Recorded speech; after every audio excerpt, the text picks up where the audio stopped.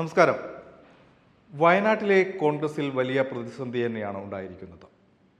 DCC ട്രഷററായിരുന്ന NM വിജയൻ്റെയും മകൻ്റെയും ആത്മഹത്യ വയനാട്ടിലെയും പ്രത്യേകിച്ച് സംസ്ഥാനത്താകെ കോൺഗ്രസിനുള്ളിൽ വലിയ പ്രശ്നങ്ങളിലേക്ക് കാര്യങ്ങൾ എത്തിയിരിക്കുകയാണ്. മറുഭാഗത്ത് നിയമപരമായ ചില നടപടികളിലേക്ക് സർക്കാരും അതേപോലെ വിജിലൻസും ഒക്കെ കടന്നിട്ടുമുണ്ട്.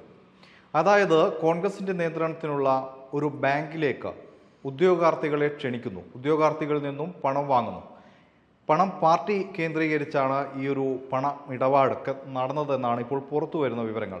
അതായത് ട്രഷററായ NM വിജയൻ മറ്റ് പാർട്ടി നേതാക്കളുടെ അനുമതിയോടുകൂടി ഉദ്യോഗാർത്ഥികളിൽ നിന്നും പണം വാങ്ങുന്നു. എന്നാൽ ഈ ഉദ്യോഗാർത്ഥികൾക്ക് ഈ ബാങ്കിലേക്ക് പിന്നീട് ജോലി ലഭിക്കുന്ന സാഹചര്യം ഉണ്ടായില്ല. ബാങ്കിൽ ജോലി ലഭിച്ചില്ല. ജോലി ലഭിക്കാത്തവർ ആദ്യം DCC ഓഫീസിലേക്കും പിന്നീട് NM വിജയൻ്റെ വീട്ടിലേക്കും എത്തുന്ന സാഹചര്യമുണ്ടായി. ഈ ഒരു പ്രശ്നം NM വിജയൻ പാർട്ടിയിൽ അവതരിപ്പിച്ചെങ്കിലും പാർട്ടിയിൽ നിന്നും അത്ര സുഖകരമായ സമീപനമായിരുന്നില്ല അദ്ദേഹത്തിന് നേരിടേണ്ടി വന്നത്. പലരും മുഖം തിരിക്കുന്ന സമീപനം അദ്ദേഹത്തോട് കാണിച്ചു.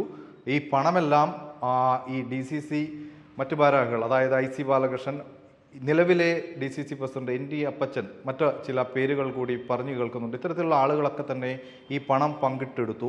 ഈ NM വിജയൻ എന്ന് പറയുന്ന ട്രഷറർ ഈ പണം നേരിട്ട് വാങ്ങിയ ആളായതുകൊണ്ട് അദ്ദേഹത്തിന് ജോലി ആവശ്യപ്പെട്ടുകൊണ്ട് ഈ പണം കൊടുത്ത ഉദ്യോഗാർത്ഥികൾ വരികയും അദ്ദേഹം വലിയ രീതിയിൽ സാമ്പത്തിക പ്രതിസന്ധി നേരിടുകയും വലിയ മാനസിക പ്രശ്നങ്ങളിലേക്ക് അദ്ദേഹം പോവുകയും ഒടുവിൽ അദ്ദേഹം മകനെയും കൂട്ടി ഈ ലോകത്തോട് വിട പറഞ്ഞ വാർത്തയാണ് പുറത്തു വന്നത്. CPM ആരോപിക്കുന്നത് പോലെ ആദ്യം തുടക്കത്തിൽ മാധ്യമങ്ങൾ പലരും ഈ ഒരു വാർത്ത അത്ര ഗൗരവത്തോടെ കണ്ടിരുന്നില്ല. CPMൻ്റെ പ്രധാനപ്പെട്ട ആരോപണവും ഈ തരത്തിൽ തന്നെയാണ്. അതായത് CPMനെതിരെ ആവുമ്പോൾ അത് വലിയ വാർത്തയാക്കുകയും കോൺഗ്രസോ അല്ലെങ്കിൽ മറ്റു പാർട്ടികളാകുമ്പോൾ അത്തരത്തിൽ ഗൗരവം മാധ്യമങ്ങൾ കാണിക്കാറില്ല എന്ന ആരോപണം ഈ കാര്യത്തിലെങ്കിലും സത്യമാണ് എന്ന് നമുക്ക് മനസ്സിലാക്കാൻ സാധിക്കും. കാരണം അത്ര ഗൗരവത്തിൽ ഈ ഒരു വാർത്തകളൊന്നും തന്നെ പുറത്തേക്ക് വന്നിരുന്നില്ല. എന്നാൽ കഴിഞ്ഞ ദിവസം NM വിജയൻ്റെ ആത്മഹത്യാക്കുറിപ്പിൽ കൃത്യമായി കാര്യങ്ങൾ പറഞ്ഞു വെച്ചിട്ടാണ് അദ്ദേഹം പോയതെന്ന് വ്യക്തമാകുമ്പോൾ ദേശീയ സംസ്ഥാന നേതാക്കളൊക്കെ തന്നെ പ്രതികരിക്കേണ്ട സാഹചര്യത്തിലേക്ക് കാര്യങ്ങൾ എത്തിയിരിക്കുകയാണ്. അത്തരത്തിലുള്ള പ്രതികരണങ്ങൾ ഇതിനകം തന്നെ വന്നിട്ടുമുണ്ട്. രമേശ് ചെന്നിത്തല പറഞ്ഞത് ഈ ആത്മഹത്യാക്കുറിപ്പ് അതിൽ സംശയം പ്രകടിപ്പിച്ചുകൊണ്ടാണ് രമേശ് ചെന്നിത്തലയുടെ വാക്കുകൾ വരുന്നത്. KPCC അധ്യക്ഷൻ K. സുധാകരൻ ഇത്തരത്തിലൊരു ആത്മഹത്യാക്കുറിപ്പ് കണ്ടിട്ടില്ല എന്നാണ് പറയുന്നത്.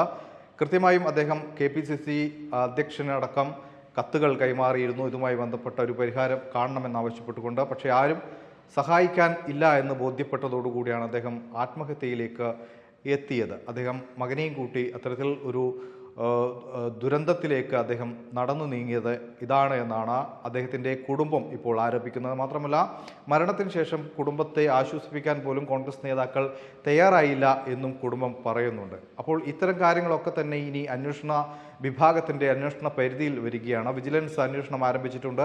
IC ബാലകൃഷ്ണൻ, ND അപ്പച്ചൻ അടക്കമുള്ള വയനാട്ടിലെ കോൺഗ്രസ് നേതാക്കളെയൊക്കെ തന്നെ ചോദ്യം ചെയ്യാൻ ഒരുങ്ങുകയാണ് വിജിലൻസ്. അത്തരത്തിലുള്ള നടപടിക്രമങ്ങൾ പ്രാഥമിക ഘട്ടം ഇപ്പോൾ ആരംഭിച്ചിട്ടുമുണ്ട് എന്നാണ് മനസ്സിലാക്കാൻ സാധിക്കുന്നത്. എന്തായാലും വരുന്ന ദിവസങ്ങളിൽ ഇതുമായി ബന്ധപ്പെട്ട ചർച്ചകൾ ഉണ്ടാവും.